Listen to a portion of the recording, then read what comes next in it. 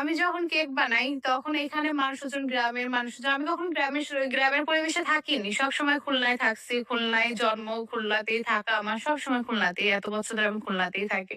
তো হঠাৎ করে একটা গ্রামে এসে আমি কেক বানাই এই পরিবেশে।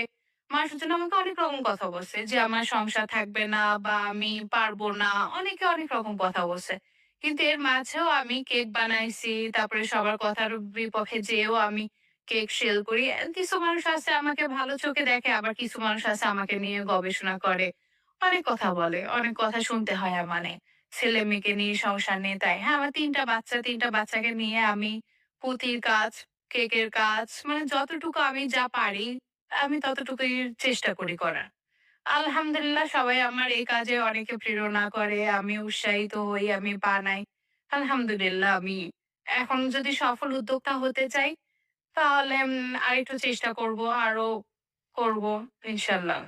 এখন আপনারা যদি নিতে চান কেক, পুঁথির জিনিস মানে যে আমাকে যে জিনিসটা বলবে মানে ডিজাইন চয়েস করে দিবে, আমি তাকে সেভাবেই করে দিব।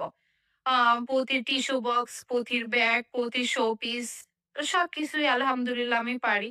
এখন বাঘিয়ারকুল এই ঠিকানায় আপনারা যোগাযোগ করে আমার নাম্বার দিয়ে দিব। ওই নাম্বারে যোগাযোগ করলেই আমাকে পাবেন। হ্যাঁ, জন্মদিনের কেক পাওয়া যায়। বার্থডে কেক যত যা আছে আমি সবই আলহামদুলিল্লাহ পারি।